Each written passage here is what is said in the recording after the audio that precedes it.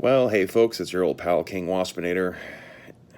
Today has been a long time coming, but it's official. I have shut off my subscription to Paramount Plus.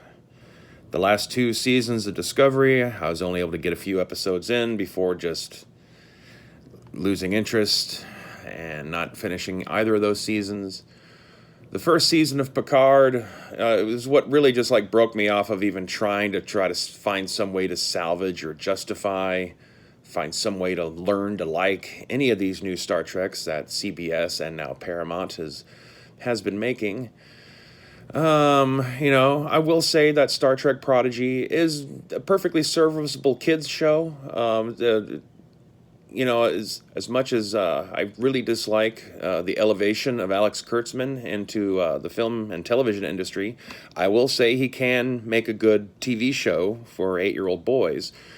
Transformers Prime being a show that he helped run and write and create and show run and all that kind of stuff, being, actually probably one of the top 3 Transformers series ever made. And Star Trek Prodigy has a lot of that kind of stuff going on with it, even though he might not be as directly involved with it as he was with Transformers, from what I can tell. But the thing is I'm not an 8-year-old kid, so as much as I might be able to appreciate the fact that once upon a time I probably would have really dug the show, I'm just not there anymore. It's just kind of childish and boring because, it's for that age range. Star Trek Lower Decks is also similarly not as that terribly bad. It has its redeeming qualities. It leans too hard on just continuing like nods to like, hey, remember this, remember this, remember this, remember this, kind of references to old Star Trek products. Whether or not that actually really serves to get younger, new recruits into the Star Trek fandom to actually go back and look and find out what the hell any of these references mean, I guess remains to be seen. And, there is still, at least with that show, because it does appeal to that Rick and Morty crowd, it can be a better way to get young audience into Star Trek than, say, a Discovery or a Picard. But unfortunately, Lower Decks is also in itself kind of boring and childish, except it's childish in that high school, college age child kind of age range, where I can still appreciate that a bit more. I'm closer to it, but at the same time, it's not really enough to like really sell me on $10 a month every month ad infinitum, especially when all the other Star Trek shows suck balls. First season of Picard was like just a travesty. It's still like, it's weird how like they don't even really acknowledge the fact that like it ended off with Picard being killed, and now we have a robot clone of him that has memory implants, so it thinks it's Picard. And I noticed last night when watching season 2, episode 1 of Star Trek Picard that they didn't ever really bring that up. But man, what a show. It was marginally better than the previous season of Picard. However, the previous season of Picard is so bad that you have to do a lot better than marginal to get over that hill to kind of make up for it. It was scattered. The dialogue was like really lame, cliched kind of stuff. Lots of like awkward exposition dumps. It's like, oh, how convenient that you just asked me a question that allows me to explain what I've been up to for the last year and a half.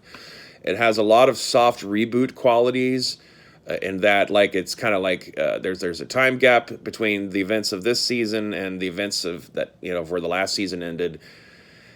And, everyone's kind of in their new places. Raffi and Seven of Nine, who were just kind of like randomly put together at the end of the last season, apparently have already broken up, or some shit like that. I don't even know. It was bad. There's a lot of things in it that's felt like direct responses to a lot of the criticisms from YouTube towards the first season of Picard. For one thing, they very clearly make sure that we know that there's no homo going on with Jean-Luc after he bangs the shit out of his Romulan maid, Arnold Schwarzenegger style, and then just leaves her hanging high and dry. like, did we need that at all? I mean, like, octogenarian robot Picard, tapping that maid strange. Okay, whatever. At least now, though, like all those jokes that people were making about how Picard must have been secretly erotically in love with Data because he was dreaming about him all the time in an oddly romantic fashion in the previous season, and Mike Stoklas's call for Paramount to put their money where their mouth is and just make Picard gay. Well, nope, nope. He loves to pound that sniz on planet to planet. We just never really noticed. They were just leaving all this kind of stuff out. I mean, really, why do you think he had Deanna Troi on the bridge right there, sitting next to him? Come on, come on. They're making those shows for a family-friendly audience, but we can read between the lines. You know what's up when a TV show fades to black on a couple of characters staring at each other, kind of shit. But anyway, so yeah, make sure Picard's no homo. Seven of Nine is still like a bloody murderess, and all that. She now has that ship, and it still has all that dude's holograms on it as a crew, and she's still the Fenris Rangers, which every time I've heard her say Fenris Rangers, I hear the Power Rangers theme song from the 90s. Go, go, Fenris Rangers! Dun, dun, dun, dun, dun. That's very Star Trek-y, the Fenris Rangers. Like, that's the most Star Trek thing I've ever heard. God, Contrivance says we got to see the future version of the Stargazer, just as a tease, and then it's like, the plot of the show. I don't give a shit about spoiling this. I don't care. I'm not watching anymore. I canceled my subscription. I was going to let it last long enough so I can see the first episode of Picard and see what they continue to do with it before making that final call. And now I have made that final call because it was lacking, and I don't see how it's going to get better. Some Borg show up from like a giant space vagina in space-time. The Borg Queen is like, and Borg real obviously are like calling out for Picard, and so like a bunch of random idiots, they decide to ship Picard out there, who's now like Grand Admiral over Starfleet or some shit. Borg Queen teleports on board and starts taking over the ship, and ship blows up, and then suddenly Q's there, and they're back in the past, or actually, no, he's like in an alternate timeline. It was a little reminiscent maybe of that episode of Enterprise where Scott Bakula was teleported into the year 3000, except it was not the right year 3000 because everything was all bombed out and shit. Turns out this season's premise is might as well just have been the universe, because Picard's now in an alternate timeline where,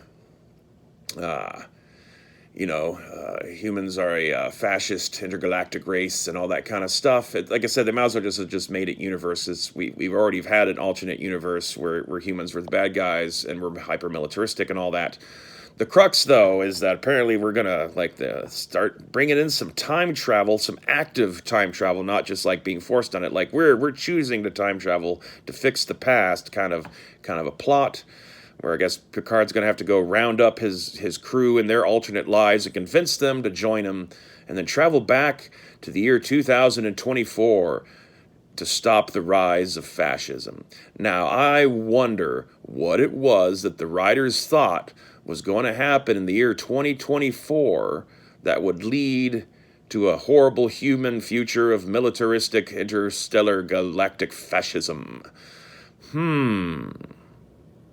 No clue. It's just pulling a random year. It's also quite a nice cheap cop-out to not have to spend all this money on CGI and sets and locations when you could just go outside and film in LA where you're already making the show anyway.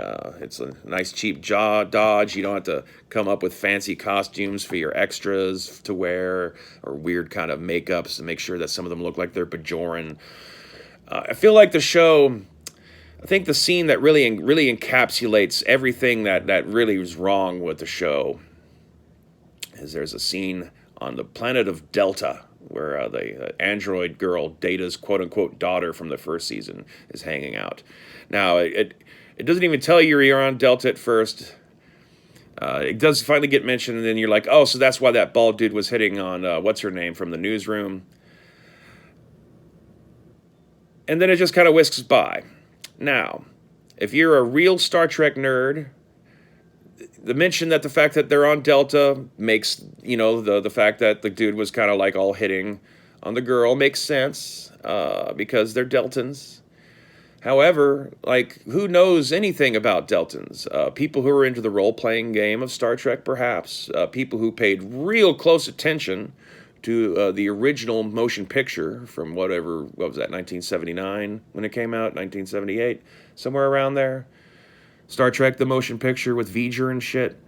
Because that's the bald lady who got turned into V'ger's probe, that she was a Deltan. The whole, like, I've taken the vow of celibacy. I will not hurt you with my amazing sexual skills. That whole thing. But they don't explain any of that in the show. They just kind of just mention it as an aside. Now, if this is supposed to be for a new, young audience that you're trying to get into Star Trek at all, that's made for modern sensibilities with modern casting and modern writing tropes and all that kind of stuff, and you're not trying to reinvent the wheel and redo the thing that you've already done for the old fans, then maybe you should actually take a few moments to explain what the fuck Delta is for the noobs.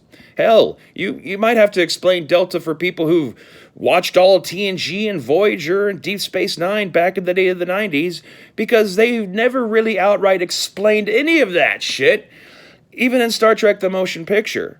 That's all stuff that's from the side lore. It's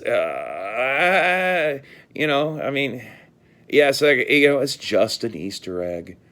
But, also there's an opportunity there to teach new audience members and old audience members about this little corner of the Star Trek universe that might have been mentioned in the past, but it's never really been explored on screen. And instead we just get basically like 30 seconds of footage, and and this is Delta. And then they're off. But they don't tell you anything about like why they are the way they are, or any of their backstory, like nothing. It's just an Easter egg. Why even put it there? Is Daj, why would Daj even be in this alternate timeline? Who cares? I made my wife watch it with me, which I feel bad about. It's a bad thing to just kind of spring on somebody. It's like, hey, watch an episode of Star Trek on Paramount Plus without warning. But she had commented that, it's weird how the whole thing sets it up where, they're contriving all these reasons to have these characters that they've split up from when they ended off at the last one. Everyone's together on the ship, bold new adventures, engage, go. Then this one starts off, everyone's separated. It's a year and a half later. They're all scattered and doing their own different fucking things. And then they all coincidentally seem to manage to rendezvous next to this giant space vagina with a giant Borg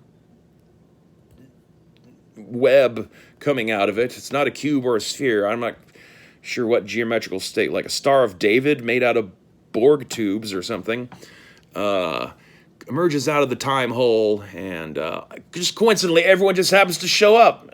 7 of 9s in her ship, they just happened to be there, and then that's just Picard shows up on the Stargazer, and look, it's another fleet of Starfleet shit show up, and Raffi's in command of one of them, even though she's not a captain, and back to my thing about making sure that they're correcting for things people complained about. They did make a point of showing that this new Starfleet shows up to help Picard out to face the Borg out of the giant space vagina time hole. They did make a point of showing that the ships all looked different, so we wouldn't hear any more people complaining about the copy-paste fleet of starships that showed up in the last episode of the previous season of Star Trek Picard. The most wonderful show in the world. It's garbage. It's hot, stinking garbage, and I'm not doing it anymore. I've tried. I've held on as long as I can. Star Wars is also kind of like on final notice. If we get another lackluster fucking Boba Fett fucking thing next,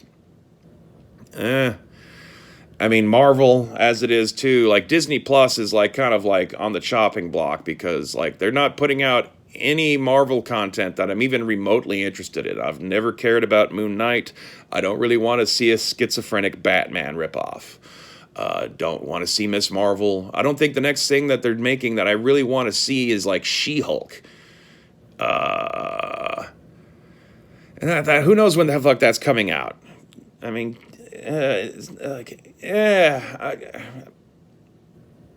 am I getting tired of just nerd fiction, or is it just they've all made it so bad that it's just like, whatever. I can write my own better shit. I can write my own better shit, and you can buy my better shit on Drive-Thru RPG. If just go to the Total Party Skills under Publishers. You can also find a lot of my titles that you'll see there on Drive-Thru RPG in print on Amazon. All you got to do is just do a title search. It should pop up. So I'll leave a link in the description below for that, so you can get some better Star Trek. My role-playing game, Escape from Planet Matriarchy, has a source book called We Want Soviet Men, which is basically kind of like a Star Trek parody anyway, where it's, Soviet communists from Jupiter in space with intelligent starships and all that kind of stuff. So check it out and get the fuck out of here. Stay waspinated.